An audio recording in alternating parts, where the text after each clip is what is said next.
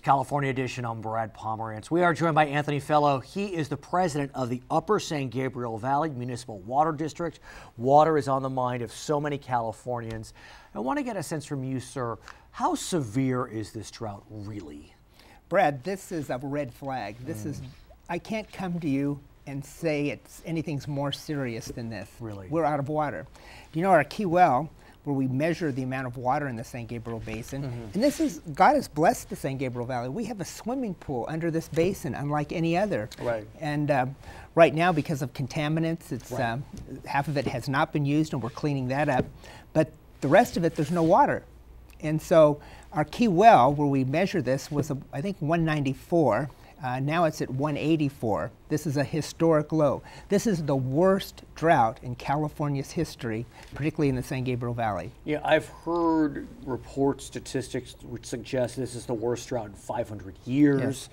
I've heard reports that this drought is so severe that we may need to consider disincentivizing folks from moving to California. We may need to look towards out-migration. It's just that dramatic. Am I being hyperbolic? No, you're absolutely correct. It's so severe that we're getting hardly any water from the State Water Project, where we get about 60% of our water. Upper District imports about 25% of its water. We're getting a trickle of water from the aqueduct. So where does that leave us? There's absolutely no water. And I want to talk about where that leaves us. We know there will be a bond on the ballot in November. We'll talk about that in a moment. But because that bond really focuses on the future. What about today? What do we do today? Well, thank God we've had in the Upper San Gabriel Valley Municipal Water District some directors that came to office 24 years ago. I was one of them. Ken Manning, who is now head of the Water Quality Authority, Marv Saichi, Frank Forbes. We all came on and we changed the Upper District, and we started on recycled water projects.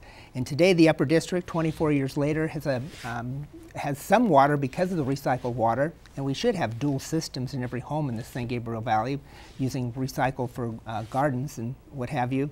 And we don't? No. Is that Germany does. Germany does. I was just in Germany. I mentioned we that don't. to you. But is that at all the wave of the future? I hope so. Is it at all now? Do we see any of that now? No. No. We do have some restrictions.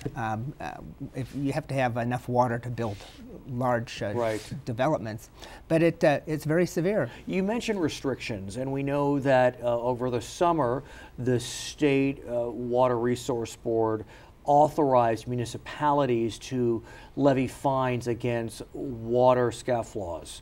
So that could be a legitimate deterrent, but I don't know of any districts, any cities that are issuing fines. Well, it's so new. For instance, the city of Arcadia, if you even fill your fountains up, it's a $500 fine. You can't wash your sidewalks or your circular driveways. But aren't they giving warnings as opposed to fines? Oh, probably. Right. But some of it's so new, the legislation. Right, but I'm just wondering, if the drought is as severe as people say, should we, and look, I don't want to be fined, but should we not be taking stronger measures to disincentivize overuse? Well, we're trying to educate, and that's another thing the Upper District has done in the Metropolitan Water District. We've taught, particularly young people, how to conserve, and we're conserving tremendous amounts of water. Even with the problems, Los Angeles is still using the same amount of water it did in the 1980s. Which is wonderful, because so if you think about it, we've grown 1 million people at least, so we're not overusing, arguably, but it's still, 3 years in, you can't make water. I mean, you just can't do it. One of the things we're doing is not only putting money into recycled water projects, into education, but we're also going to start looking for water for the first time. What does that mean? It means we're going to go out, we're going to wheel water from other areas that have water in the state. Farmers that, for instance, that have water, we may try to buy that water and wheel it in. We call it wheeling into the San Gabriel Valley to fill the wells, because we're running short. Let's talk about the bond. $7.545 billion, down from $11 billion. What's your overall sense of the bond when you consider, as you look at this matter, that about a third of the money is dedicated to storage? Yes, I think it's a good thing, and I think the governor's been on the right track. He's wanted to solve this problem. He's wanted to solve the Bay Delta, which we're going to have to really get serious. Senator Dianne Feinstein knows we have to do something, and she's put out a call for that. Although the bond specifically does not allow spending on the Bay Delta. It doesn't, but it's going to help us locally because unlike the bond measure they were writing last year, there are no specific provisions for the San Gabriel Valley. We're not mentioned, but we do have some strong legislators like Senator Ed Hernandez, who has worked on this bond, who I'm sure is going to make sure that we have the money to expand our recycled water projects and to look at new areas for water. So it's going to be a great help. Right, and I think the voters are leaning toward approving the bond. The polls yesterday showed 2-1. Right, but you look at, for example, water recycling. There is $725 million dedicated to water recycling. The Upper San Gabriel Valley Municipal Water District could spend all of that. Yes. But that's for the whole state. Yes, that's the problem. And so, you know, is this a drop in the bucket? Oh, it really is, but we're hoping that we do get some rain one of these days, you know, and that will help fill up our storage areas. So, as it relates to storage, $2.7 billion for storage. I know that there's no distinction made between above ground and groundwater storage, so technically it could apply to both. Whatever happens, when will it happen in terms of these storage projects, assuming the bond passes? Well, there's you know, in the San Gabriel Valley, as I said, we have storage. It's just we don't have the water to put in it. Right. But when they look at storage, the big project that they're looking at is up north, the site's reservoir, which is a tremendous project. Congressman Garamendi is certainly on this and would like to see that up there.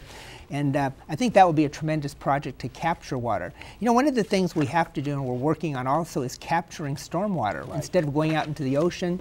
And this is a project for city councils, which have no money to do this. So hopefully the upper district and the water districts will take this project on with the county and try to have a new water source also. I want to talk about groundwater, if I may. As you know, the governor has signed the first piece of legislation in California's history that calls for regulation of groundwater. We were the only state in the West that did not have groundwater regulation.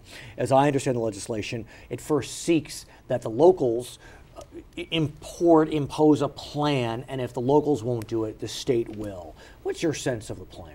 Well, I think we have a plan of what we're going to be doing, and certainly recycled water is part of that. Education, conservation is part of that. But I think the governor is on the right track. He wants to leave a legacy. You know, his father left a tremendous legacy in water, the aqueduct system. He left a legacy in education.